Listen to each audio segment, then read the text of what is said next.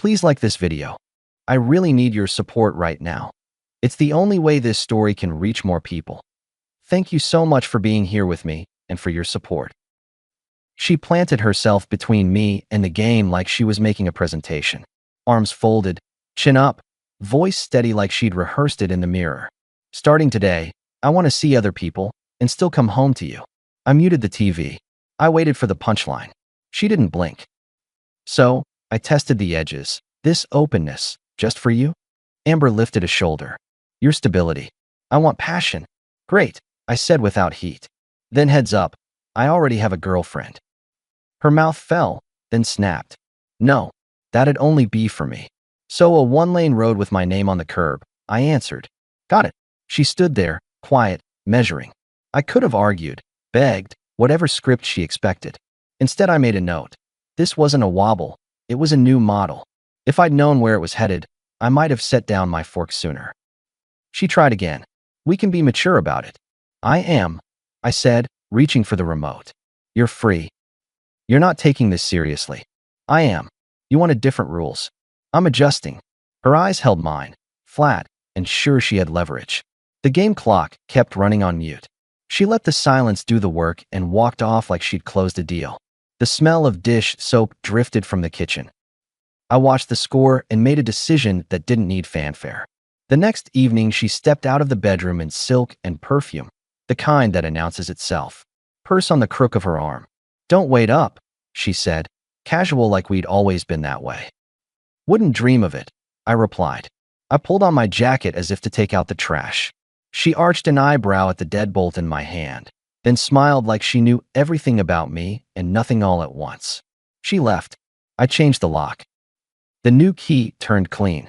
I twisted out the porch light bulb and clicked off the hallway switch. Then I set my phone to vibrate, made a sandwich, and answered emails until the house settled into a calm I hadn't tasted in months. Sometime after midnight came pounding on the door. Not a knock, a demand. I slid the living room window up 2 inches. What are you doing? Her face was a pale oval in the dark. Sleeping, I said. You? Open the door. This is my house too. I corrected. You changed the terms yesterday. I'm matching your energy. You're being cruel. You asked for freedom, I said, no heat. Looks like this. I'll remember this. She threw up, voice shaking now. Good. I shut the window without drama. I heard her breath catch, then footsteps on the porch, a car ignition, tires. The neighborhood went quiet again. I brushed crumbs off the coffee table, turned off the TV, and slept. Morning, I showered, made eggs, and drove to the bank before work. At the counter, I moved our joint funds into a personal account with my name only, left enough to keep the account technically alive, and set alerts on every transaction. I added a freeze on new cards. The manager gave me the professional smile people give when they've seen this movie before. At the office, I walked the warehouse floor like I always do. Count pallets, check the staging, shake hands with guys who lift more than they talk. I keep order for a living. It's not glamorous, but trucks leave full and on time because I make simple rules and enforce them. Around 10, Amber showed up in a coat that still had last night's perfume clinging to it, cheeks bright from the cold and anger. She didn't wait for me to come to the lobby. She came straight into distribution, right where my team could hear. I can't log into our account, she announced, straight through to the point. What did you do? I kept my voice low, the way you do in a warehouse where echoes travel. You mean my account? We are married, she said, scanning faces for allies. You can't just. You said you wanted separate lives with shared benefits. I checked my clipboard, then looked up. I made the benefits match the choice. This is abusive, she said louder. Maybe hoping volume would make it true. This is my workplace, I answered. You're on my time and my floor. Keep it respectful or step outside. That took the air out of her for a second. She swallowed. You're overreacting. Settle your plans with your resources, I said. That's the adult version. You'll regret this, she hissed. Noted. I nodded to the dock supervisor. Lane 3, we're behind. She stood there, realizing there'd be no scene to feed on. Then she spun and left. A forklift beeped. Someone coughed to cover a chuckle. I didn't talk about it with anybody. I didn't need a peanut gallery. I needed my day back. By afternoon, Her social media started doing what hurt feelings do when they need an audience. A selfie with wet eyes, a caption about silence as a weapon, vague lines about control, subtle monsters, safe homes turned cold. Nothing explicit, just enough for people to fill in the blanks with whatever made them feel wise. I didn't reply. I screen captured everything, header and timestamp. I labeled a folder, Amber, public statements, dates, and dropped in each post. I didn't comment, didn't correct, didn't feed it. I sent the folder to an attorney a friend recommended, Mr. Patel. He wrote back in 2 lines, received. We'll proceed stepwise. Stay quiet online. Around 7, while I was loading leftovers into containers, the front door opened with my new key and then closed. Amber cleared her throat. I didn't turn. I let plastic lids click. This was a bad conversation, she ventured, voice softer now, like she was smoothing a sheet. I got carried away. You were precise, I answered. You want your fun and my resources. Her shoes made a small sound on the tile. We're not enemies, Nick. I'm not your sponsor either. A breath. I'll cook. We can talk. I ate, I said, sliding a container into the fridge. And we talked last night. That wasn't a talk, she said, trying for a warm laugh that didn't land. That was you doing your little, she caught herself. Your boundaries. Right, I said. Keep those in mind. Can I at least get a new key? Not today. Her tone thinned. You're making this harder than it needs to be. No, I said, wiping the counter. You are. We didn't fight. We coexisted in the kind of polite quiet that happens when 2 people have stopped pretending they share values. She went to bed early and slept on the far edge. I took the small bedroom and shut the door. Let me pause the story for just a second. If you're still here, please hit the like button. It really helps YouTube recommend this story to more people. Thank you so much for your support. Now, let's get back to the story. Thursday, she left a to-go cup on the counter at dawn with a sticky note, for your long day. The first sweet gesture in weeks. I poured it into the sink.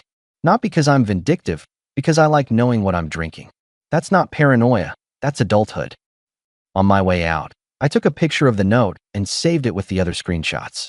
Not to use against her, but to remind myself how timing works when people feel their grip slip. The first illusion of change always shows up as care with strings. That weekend, our friend Ryan had his birthday in a rented hall by the freeway. Cheap lights, plastic cups, a DJ who was too proud of his playlist. The usual crowd, guys I coach Saturday softball with, their wives, a few strays who orbit any gathering with a bar. Amber ran hot that night. Full hair, sharp dress, listeners clustered. When I walked in, she gave me a smile with teeth and then turned away to whisper to Melissa and Dana. I shook Ryan's hand, clapped his shoulder, handed him a card with tickets for a weekend fishing thing he'd been hinting at, and moved toward the food table to build a plate and keep my back to a wall. They came in a formation, 3 women with purpose. Melissa led. She's blunt because blunt gets her attention. Dana flanks, nods, amplifies. Rebecca ties a bow with a comment that sounds soft but isn't. Nick, Melissa started, making sure people nearby heard. She's in a tough spot. Can't you ease up? She can't access the account. You mean my account? I corrected and forked a meatball onto my plate. You're still married. Dana added like she was reading from a pamphlet. There's a duty. There's a choice, I replied. She made it. I'm matching it. Rebecca took a sip from her cup. Maybe keep it off the internet. She's upset. You know how people post. I'm not posting, I said. She is. She's exploring, Melissa pressed. It's not a crime to want more than routine.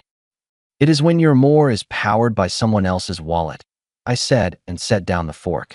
You can't straddle both worlds and call it growth. You're punishing her, Dana accused. I'm not handing out rewards for disrespect, I replied. She's scared, Rebecca offered. She's organized, I countered. That's different. Melissa leaned in. You loved her. You still do. Help her through this. Unlock the account. I tilted my head. I'm not financing a rebellion I didn't approve. Wow, Dana said. Cold. Accurate, I said. There's a difference. A few nearby faces turned. I didn't raise my voice. I didn't need to. The DJ shifted to a slow track nobody asked for. Amber glanced over, saw us, and smiled like a director who approves of how a scene is unfolding.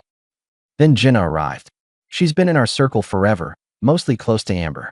Teacher, quick mind, a way of saying things that makes a room reset.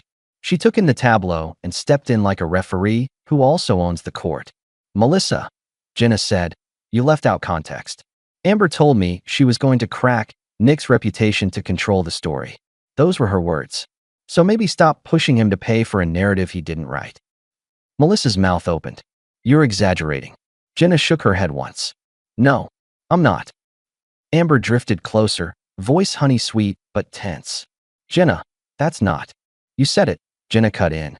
In my car 2 nights ago, outside my place. You asked me which hashtags would get traction. She looked at me. You good? I'm working, I answered.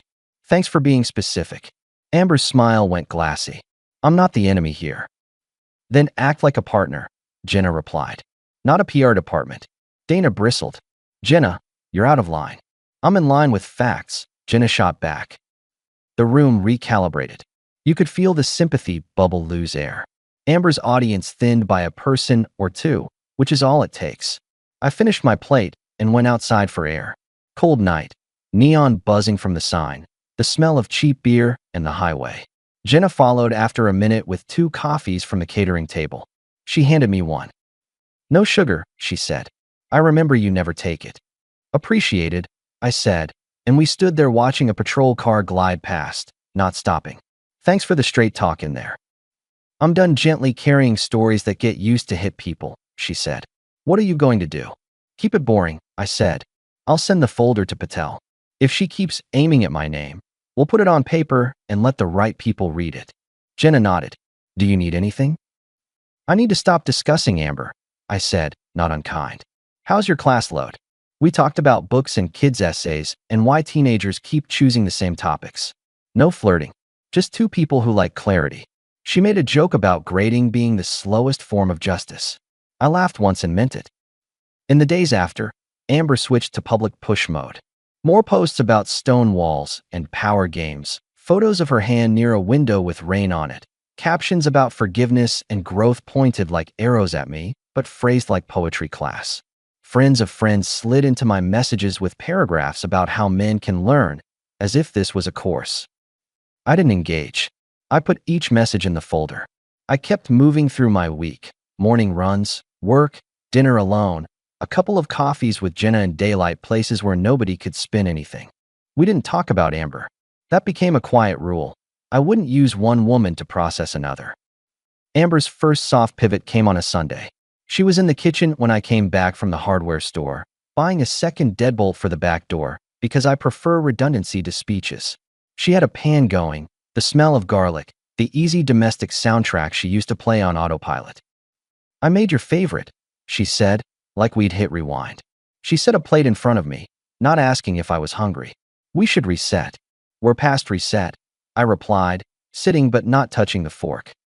You're punishing me, she tried. I'm putting skin on your terms, I said. I can fix this, she said, leaning on the counter in that way that used to turn my head. We got lost. People get lost. We didn't get lost, I said. You left the path and asked me to hold the map and the snacks. You're heartless. No, I said evenly. I'm tired of paying for someone else's thrill and getting lectured when I cancel the card. Can we at least be civil? She asked, smaller. We are, I said and stood. Civil is boundaries without yelling. Her eyes flicked to the pan, to my hands, to my face. You're really going to eat alone. I've been doing most things alone the last few months, I said. I'm just naming it now. I put on my jacket. I've got an errand. Where? Out, I said and left. Tuesday morning, she upped the stakes. She came to my office again, this time with tears primed, but my admin cut her off at the lobby. He's in a meeting, she told Amber, and for that alone, I bought my admin coffee for a week. That afternoon, Mr. Patel called. I've drafted a complaint, he said. It's narrow, false public statements that harmed your reputation. We'll ask for a retraction order and damages to cover your costs. It's a boundary, not a war. You okay being patient and calm in a room with a judge? I sort freight for a living, I said. Patience is muscle memory. He chuckled. Good. Keep your online footprint clean. No replies. No comments. Let documentation do the talking. The second change from Amber came 2 days later, bigger and sweeter. She came into the living room with a new phone plan printout. "I put you on my family plan," she said, like it was a prize. "It's cheaper. We can save." "Take me off," I answered. She blinked. "I'm trying to show I care. You're trying to reattach a string." She set the paper down harder than necessary. "Everything with you is a test now." "No," I said. "With you, everything is a lever. You're impossible. You're transparent." She stared at me for a long breath. Then she did the thing she does when she knows she's not winning.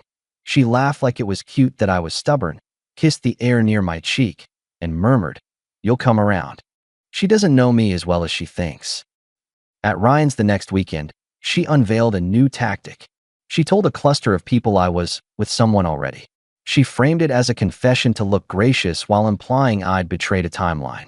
People glanced at me like they had math in their heads and a verdict ready. I didn't defend. Jenna looked at me across the room, brows raised, and I shook my head once. "Don't feed it." We left separately. I met Jenna for coffee the following day at a place with a window that looks out on Colfax, people forever moving past with their own stories. "I'm not signing up for running commentary," I told her. "I don't want to be that guy." "You're not," she said. "You've said less than anyone." "I'm getting out clean," I replied. "Not noble. Clean." "You know she'll push until there's a spectacle," Jenna said. "She needs an audience." Let me pause the story for just a second. If you're still here, please hit the like button. It really helps YouTube recommend this story to more people. Thank you so much for your support. Now, let's get back to the story. "She can perform all she wants," I said. "I'm closing the theater." We drank in companionable silence for a while. She told me about a kid who wrote a perfect essay on honesty and then plagiarized the last paragraph from a site. "They always overreach right at the end," she said. I filed that away. By the time the hearing date came, Amber had posted 3 more rounds of word cloud captions and 2 TikToks with vague audio about breaking cycles. Mr. Patel walked me into a wood-paneled room with a bench, a flag, a judge I'd never met. Ramos, sharp eyes, crisp questions. We were up first thing in the morning. No crowd, no press, just a few strangers waiting for their turn to argue about parking tickets or neighbor fences. Patel put our packet on the cart. He didn't try to sell anything. He just handed over the stack, screenshots, dates, timestamps, copies of messages people sent me citing her claims. He said a few sentences about harm to my reputation in my field, a field where trust is currency. Amber's attorney. Yes, she walked in with one, tried to paint it as a misunderstanding, as processing pain. He used soft words. Ramos stopped him with a raised palm. "Did your client post these?" he asked. "She was emotional," the man said. "Did she post them?" Ramos repeated. "Yes," the attorney admitted. Ramos looked at Amber. "Do you understand the difference between private distress and public statements about another person's character?" he asked. Amber's chin lifted. "I was telling my truth." "That phrase doesn't protect you from consequences," Ramos said, voice flat. He turned to Patel. "What remedy are you seeking?" "Removal of the posts, written retractions on every platform she used, and damages to cover Mr. Dalton's costs," Patel said. "Granted," Ramos said after flipping through the packet for another full minute. "Retractions posted within 10 days. $18,000 in damages, payable in 60. Compliance to be verified. Next." There was no cinematic music, no gavel slam, just the crisp mechanics of consequences. Amber sat very still while the words landed. When it was over, she looked at me like I'd betrayed a pact I hadn't signed. In the hallway, she reached for my arm. "You did this to humiliate me." "No," I said. "You did it to yourself. I just recorded it." "You could have just talked to me," she threw, as if we hadn't been doing that for months. "I did," I said. "You wanted an audience. Now you got one with authority." "You're celebrating," she accused. "I'm closing a file," I said. "That's all." I turned and walked out into the Colorado sun that makes everything look cleaner than it is. At home, she was quiet for 2 days. Then she pivoted one more time. Sweetness turned syrup. She opened the door for me when I came in from work, took my jacket, reached up to smooth my collar. "I miss you," she said, low, like a whisper is a ticket back. "I miss respect," I replied. "We can rebuild that. We could have I said. Now we're restructuring. What does that mean? I'm moving out, I said. This weekend. Panic flashed. Wait. I didn't. I booked a small place 10 minutes from the warehouse, a 2-bedroom with a view of a strip of trees and a parking lot that empties by 9. I rented a storage unit for my tools and the good things I didn't want broken in a scene. I changed my mail forwarding, my auto pays, and my emergency contacts. I took only what I paid for and a few things I love for reasons that have nothing to do with anyone else. On Saturday morning, I set boxes by the door without huffing. I was rolling the dolly out when Amber walked in wearing a robe, hair up, eyes red like she'd been practicing. "You're really doing this," she said. "I told you I would." "You won," she tried. "No," I said. "I ended it. You're throwing away our life." "You gave it away," I said. "I just stopped guarding the pile." She moved closer. "What about everything we built?" "I'm taking my part," I said. "You can keep yours. The posts are yours. The performance is yours. The consequences are yours. The quiet is mine." "You'll be back," she said, the last card. "I don't go backward," I said. She took a breath. "So that's it?" "Not yet," I said. I set the dolly down and pulled a small white envelope from my jacket. "This is the key to the storage unit. Your keepsakes are there. Access codes on the note. I inventoried it so you can't accuse me of tossing anything." I paused. "And this is my last sentence to you in this house." She folded her arms, bracing. "What?" she said. "You wanted passion without price," I told her. "The price is me. I'm paid up and leaving." I picked up the dolly and walked out. The lock clicked behind me, a simple sound that ends a chapter. I didn't look back at the porch. I loaded the truck, stacked the last box, and drove. The following week, a row of retractions appeared on her pages. I made statements about my husband that were not accurate. I retract them. No flair. Just duty. One by one her friends who'd been loud got quiet. The ones who loved drama found new episodes. That's how it goes. I settled. The new place is small, but it's mine. I set my toolbox under a window. I put my coffee mug on the same spot every morning. I drive a clean pickup that starts when I turn the key. I wake to silence and go to sleep to silence. The good kind, not the kind that punishes. On Saturdays, I help Ryan fix the gutter on his garage. On Sundays, I run a trail that smells like pine and dust and a little bit of freedom, which turns out to be nothing like movies. More like breathing where no one's timing you. Jenna and I kept meeting for coffee. After the dust settled, I asked her to a reading downtown. She said yes. We went. We listened. We didn't talk about Amber. We talked about whether people learn better from pain or from consequences. She said both. I said only the second one sticks. She laughed and didn't argue. That was our second quiet rule. No debates that pretend to be intimacy. Just clear steps. At work, I got promoted to regional, not because I'm special, but because trucks leave on time and the numbers don't lie. I hired 2 supervisors, cut overtime bloat, added a simple rotation that kept people from burning out. The owner likes people who do what they say. I do, almost obnoxiously. That habit got me here and kept me sane when everything else went off script. Amber? I heard secondhand she moved into a smaller apartment near a yoga studio she loves, posted less, then more, then less again. People said the retraction cost her some of the sympathy she spent months collecting. People drifted. That happens when your audience realizes the show isn't about truth, it's about spotlight. I don't check her pages. I don't ask. Sometimes I get a message from somebody we both know. I don't answer. I don't run from ghosts, and I don't host them either. The day the check arrived from her attorney, I took it to the bank, deposited it, and didn't celebrate. I bought a secondhand oak table for my place and invited 3 guys from work over for chili. We ate, watched a game, argued about a call, cleaned up. Normal is underrated until you lose it. I kept the folder with screenshots in a drawer for a while, not as a trophy, but as a reminder. When someone shows you what they'll do for attention, believe them. When someone tells you they want everything plus your respect on layaway, deliver the invoice and step aside. Months later, Jenna and I took a drive up into the foothills. We stopped at a diner with bad coffee and a waitress who kept calling us Han in a way that didn't feel fake. We split a slice of pie and watched trucks climb the grade like stubborn animals that didn't know the word quit. On the way back, she asked, "Do you ever miss the old routine?"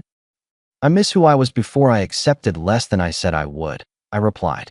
But I like this guy more. She reached over, laced her fingers with mine, and didn't say anything else for a mile.